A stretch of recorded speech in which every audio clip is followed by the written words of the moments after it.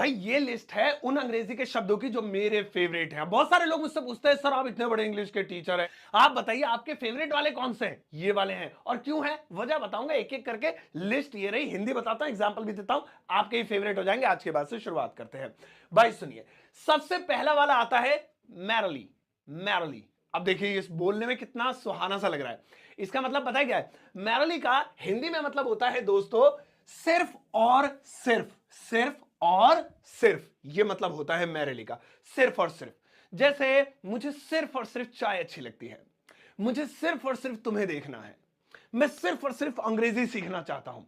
अब देखिए कितना फील आता है इसे बोलने में। जैसे मैं सिर्फ और सिर्फ चाय लूंगा, अब ये वाला बनाते हैं। हाँ जी आंटी जी, मैं सिर्फ और सिर्फ चाय लूंगा, प्लीज बिस्कुट पापे फैन कुछ मत लाना। I will merely. अब देखिए मैरली का प्रयोग करेंगे। Merely take tea, I merely take a cup of tea या टी।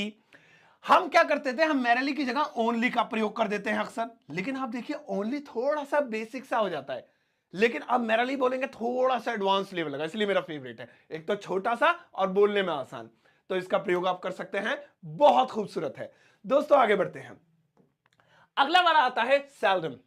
सेल्डम, अब देखिए ये भी मुंह पे बहुत जम रहा है बोलते हुए, सेल्डम। प्रोनाउंसिएशन भी बड़ी प्यारी है इसकी। आप सुनिए सेल्डम का मतलब क्या होता है। इसका हिंदी में दोस्तों मतलब होता है, क्या होता है आपके सामने हिंदी में तो आ गया, कभी कभी। कभी कभी हम क्या करते हैं, इसकी जगह एक वर्ड यूज कर देते हैं और वो होता है समटाइम्स। समटाइम्स ये यूज कर देते हैं ना। लेकिन मैं कहता हूं भाई साहब थोड़ा सा एडवांस बोलो, गलत ये नहीं है। गलत हम लोग हैं कि आज भी पुरानी चीजों को यूज कर रहे हैं। Try to speak something different, कुछ अलग बोलो। सेल्डम, मैं कभी कभी जाता हूं जी वहां, कभी कभी हमारी मुलाकात होती है, कभी कभी सर की वीडियो देख लेता हूं, बस कभी कभी जी लेट आता हूं वरना तो टाइम पे आता हूं। तो वहां पे हम सेल्डम का प्रयोग करेंगे। इंग्लिश बनाते हैं, जैसे मैं कभी कभी वहां जाता हूं, so I seldom go there. Go there है ना, गो देयर। अब आप क्या करते थे, आई गो देयर समटाइम्स। ठीक है, पर भाई एडवांस लेना है तो थोड़ा सा देखो ना यार। तो ये मेरा फेवरेट बहुत ज्यादा है और इसको मैं अक्सर यूज करता हूं। लेकिन आगे मेरा one of the most favourite word आने वाला है, वो जरूर देखिएगा। इसे याद रखिए, सेल्डम, कभी कभी, कभी कभार, अक्सर, है ना। नेक्स्ट वाला है दोस्तों हार्डली। हार्डली, छोटे छोटे शब्द मुझे इसलिए पसंद है, बोलने में बड़ी जल्दी आ जाते हैं मुंह पे। हार्डली का हिंदी में मतलब होता है दोस्तों मुश्किल से। मुश्किल से, मुश्किल से 2 मिनट बैठा था मैं वहां, मुश्किल से मैंने बस चाय पी थी, इतने में तो उसने मुझे भगा दिया। मुश्किल से 2 महीने क्लास ली थी मैंने, मुश्किल से 2 दिन जिम गया होगा ये लड़का, फिर नहीं गया। देखिए यहां पे इसे कितनी जगह यूज किया जा सकता है, हार्डली। जैसे मुश्किल से मैं 2 मिनट बैठा था, मुश्किल से मैं 2 मिनट बैठा था। सो हार्डली, सबसे पहले हम यही बोल देंगे, hardly had, hardly I sat there, I sat there for 2 minutes, for 2 minutes, है ना। Hardly I sat there for 2 minutes. So यहां पे हमने इसका प्रयोग कर दिया। इसके ऊपर मैंने एक पर्टिकुलर वीडियो बनाई हुई है जिसमें हार्डली हैड का यूज कैसे करते हैं वो बताया है। या I said there hardly for 2 minutes, आप यहां पे हिंदी में भी यूज कर सकते हैं यहां पे, है ना। जैसे हार्डली 2 मिनट बैठा था मैं वहां, हिंदी में हार्डली 3 दिन गया होगा बस वो। हार्डली हम लोग ना शायद 1 हफ्ता मिले होंगे। तो आप हिंदी के साथ मिला के बोल सकते हैं, इसलिए मेरे बहुत ज्यादा फेवरेट भी है कि इंग्लिश के साथ हम अपनी भाषा, मातृभाषा के साथ भी मिक्सअप कर सकते हैं दोस्तों। इसके बाद आता है मीन वाइल। मीन वाइल, अब ये दो शब्दों को जोड़कर बना है, मीन वाइल। मीन वाइल का हिंदी में मतलब सुनिए। इसका हिंदी में मतलब होता है इसी दौरान, यानी इसी बीच, ड्यूरिंग, है ना। मैं खाना खा रहा था, इसी दौरान पापा आ गए। मैं टीवी देख रहा था, इसी दौरान लाइट भाग गई।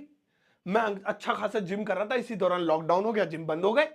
तो आप कितनी सारी जगहों पे इसका प्रयोग कर सकते हैं। छोटा सा वाक्य बना देते हैं, इसी दौरान पापा आ गए, ये वाला बनाते हैं। तो इसी दौरान सबसे पहले हम क्या लिखेंगे, मीन वाइल। मीन वाइल, अब पापा आ गए, पापा को पापा भी लिख सकते हैं, फादर भी लिख सकते हैं, फादर या पापा केम, ये लीजिए। मीन वाइल फादर केम या पापा केम। माई भी लगा सकते हैं, मेरे पापा आ गए, माई पापा केम। कुल मिला के हम जो है इस मीन वाइल का प्रयोग बहुत सारी जगहों पे कर सकते हैं और अलग अलग सिचुएशंस में। दोस्तों कितने काम का है ये। अब इसका यूज सारे लोग करेंगे और ये भी बहुत ही बढ़िया है दोस्तों। इसे भी हिंदी में मिला के बोल सकते हैं मीनवाइल बस उसका फोन आ गया, हिंदी में बात कर रहा हूं जी, फोन क्यों काट दिया था, अरे यार मैं सब्जी काट रहा था और मैं तुम्हें फोन करने ही वाला था, मीनवाइल उसका कॉल आ गया। मतलब बात हिंदी में हो रही है लेकिन वर्ड एक डाल दिया मैंने, ऐसे कर सकते हैं। नेक्स्ट वाला देखेंगे दोस्तों, एज इफ। एज इफ छोटा सा है, बहुत काम का है, सुनिए एज इफ का मतलब। एज इफ का हिंदी में मतलब होता है मान लो कि या मानो कि, है ना।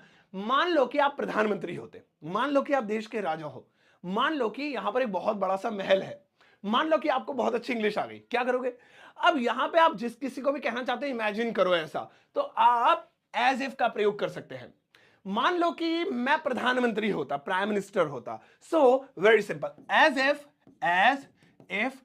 आई were a prime minister, PM में शॉर्ट में लिख देता हूं आपका टाइम बचाने के लिए। तो यहां पे एज इफ, मान लो कि या मानो कि या माना कि, आप इसको प्रयोग में ला सकते हैं। तो बहुत ही बढ़िया है ये, इसे भी आप यूज कीजिए अपनी डेली लाइफ में। आगे बढ़ते हैं दोस्तों, कुछ कमाल के शब्द आपका इंतजार कर रहे हैं। नेक्स्ट है लिटरली, ये मेरा फेवरेट है सबसे ज्यादा। क्यों? क्योंकि इसको मैं ना इंग्लिश से ज्यादा हिंदी में यूज कर लेता हूं। लिटरली यार मैं तुझे बहुत मिस कर रहा था, लिटरली मैं आने ही वाला था, लिटरली बस लाइव ले रहा था, बस आप इतने में आपका कॉल आ गया। लिटरली मैं भी यही सोच रहा था जो आप सोच रहे हो। अब इसका मतलब क्या है, वैसे तो आप मेरी इतनी बातों से समझ ही गए होंगे, आइडिया तो लग ही जाता है, लेकिन मतलब सुनिए। लिटरली का हिंदी में मतलब होता है सच में, सच में, रियली, है ना। यानी आई स्वेयर, पक्का, रियली। तो लिटरली, जैसे सच में यार लिटरली मैं आ रहा था, अब मैं आ रहा था, या तो आप हिंदी में बोल दीजिए इसे बोल के लिटरली मैं आ रहा था, तब भी लुक आएगा, अच्छा सा फील आएगा, क्या इंग्लिश मिक्सअप करके बंदा थोड़ा सा स्टाइल मार रहा है। या फिर आप टोटली इंग्लिश में लिख सकते हैं, सबसे पहले लिखेंगे लिटरली, है ना, मैं आ ही रहा था, आई वॉज कमिंग, या I was about to come, मैं आने वाला था, I was about to come, arrive, या अलग अलग चीजों का इस्तेमाल कर सकते हैं। तो यहां पे लिटरली, ये देखिए। चलिए दोस्तों आगे बढ़ते हैं। अगला वाला है would be better, would be better, ये एक अच्छा खासा फ्रेज है, और इसका इस्तेमाल कैसे करेंगे सुनिए। वुड बी बेटर दोस्तों, इसका हिंदी में मतलब है बेहतर होता। हम इसे ऐसे ही बोल सकते हैं, अच्छा होता। यार अच्छा होता ना तुम लाल वाला सूट लेती, बेहतर होता कि यहां पर इस दीवार पे ना वॉलपेपर बनवा लेते, नहीं बेहतर होता आप स्कूटी ना लेते, बाइक ले लेते, जमती है आप पे, बुलेट ले लो बुलेट। तो यहां पे कई चीजों में अपना ओपिनियन देना हो, आप इस वाले फ्रेज का प्रयोग कर सकते हैं, वुड बी बेटर। अच्छा होता है यार तुम बाइक लेते, स्कूटी ले ली, चलो ठीक है, मतलब सामान वामान लाने के लिए तो अच्छी है, लेकिन लंबे रूट के लिए आप बाइक ले लेते। So would be better, would be better, पहले तो ये बोल देंगे या लिख देंगे, इफ अगर you had purchased a bike, है ना, ये लीजिए। बेहतर होता कि अगर तुमने एक बाइक ले ली होती, तो वुड बी बेटर। हालांकि इसके साथ इट का भी प्रयोग किया जा सकता है, बट इन फॉर्मल इंग्लिश में आप खाली वुड बी बेटर बोल दें, तब भी आपका काम चल जाएगा। आजकल सब इनफॉर्मल इंग्लिश, सारे स्टाइल वाली इंग्लिश बोलते हैं, सो ग्रामर की जरूरत ही नहीं है। ग्रामर की जरूरत है अगर आप बहुत लिटरेचर टाइप में पढ़ रहे हैं, किसी एग्जाम की तैयारी कर रहे हैं, तो बिना ग्रामर के काम नहीं चलेगा, लेकिन खाली बोलचाल करनी है, इट्स एनफ। आगे बढ़ते हैं। अगला वाला दोस्तों आता है by no means, by no means. अब इसका क्या मतलब है बाय नो मीन्स, सुनिए। बाय नो मीन्स का मतलब होता है किसी कीमत पर नहीं, भाई साहब, not at all, no in any case, किसी कीमत पर नहीं, बाय नो मीन्स। मैं किसी कीमत पे उसके दरवाजे पर नहीं जाऊंगा, मैं किसी कीमत पर यहां नहीं रुकूंगा, मैं किसी कीमत पर इस चैनल को छोड़ के नहीं जाऊंगा, फॉलो कर लूंगा, सब्सक्राइब कर लूंगा, तो कर लो यार अगर सच में पसंद आ रही है वीडियोस, तो ऐसी रोज वीडियोस आती हैं। बाय नो मीन्स मैं किसी कीमत पर वहां नहीं जाऊंगा, I will go there, I will go there. अब आप कहेंगे ये तो कह रहा है कि मैं वहां जाऊंगा, आई विल गो देयर, मैं जाऊंगा। हाँ पहले पॉजिटिव बनाना होगा, क्योंकि नेगेटिव ही आगे जुड़ जाता है, तो अलग से नेगेटिव सेंटेंस बनाने की जरूरत नहीं है इसमें। I will go there by no means, by no means, ठीक है।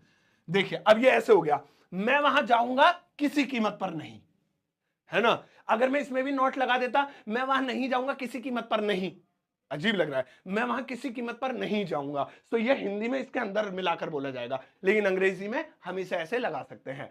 सो किसी भी कीमत पर बाय नो मीन्स। दोस्तों अगला वाला ओवरऑल, ओवरऑल ये हम अपनी हिंदी में बहुत ज्यादा यूज करते हैं, मिक्सअप करके करते हैं, आज से आप भी करेंगे। ओवरऑल का मतलब सुनेंगे सारे बच्चे, ओवरऑल का मतलब होता है कुल मिलाकर, कुल मिलाकर, है ना। जैसे ओवरऑल 100 रन बनाए थे जी उन्होंने, ओवरऑल 2000 रुपए तो दे गए वो, ओवरऑल 2 घर हैं उनके, कुल मिलाकर, यानी हिंदी में हम इसे मिलाकर बोल सकते हैं, जैसे कुल मिलाकर उसके 2 घर हैं, कुल मिलाकर उसके 2 घर हैं। सो ओवरऑल ही हैज, अरे भैया ही पहले लिखना था, ही आजा जल्दी से, ही हैज 2 हाउसेस या 2 फ्लैट्स कर देते, 2 फ्लैट है, ज्यादा अमीर नहीं दिखाते बेचारे को। सो कुल मिलाकर ओवरऑल, है ना, उसके इतने फ्लैट्स हैं। तो आप अलग अलग जगहों पे अलग अलग सिचुएशंस में इसका प्रयोग कर सकते हैं, बहुत काम की चीज है और इसको प्रयोग में ला सकते हैं, हिंदी में भी, इंग्लिश में भी, या जो भी भाषा आप बोलते हैं उसके अंदर। अगला सुनिए, as of now. As of now ये भी मेरा फेवरेट है। इसका हिंदी में मतलब सुनेंगे, एज ऑफ नाउ का हिंदी में मतलब होता है फिलहाल। फिलहाल तो जी वो रेलवे में नौकरी कर रहा है, फिलहाल तो हम यहीं रह रहे हैं आपकी गली के पास, फिलहाल तो अभी 2 दिन रुकूंगा मैं दिल्ली में, तो एज ऑफ नाउ का प्रयोग कर सकते हैं। फिलहाल वह नोएडा में नौकरी कर रहा है।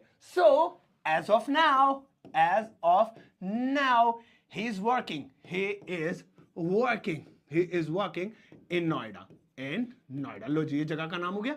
तो यहां पे हमने एज ऑफ नाउ का प्रयोग कर दिया। इसे भी आप बहुत अच्छे अच्छे तरीकों से यूज कर सकते हैं और अपनी डेली लाइफ में हिंदी और इंग्लिश दोनों के साथ बोल सकते हैं। दोस्तों, अब आ गया है इम्तिहान का टाइम, यानी कि एग्जाम डे।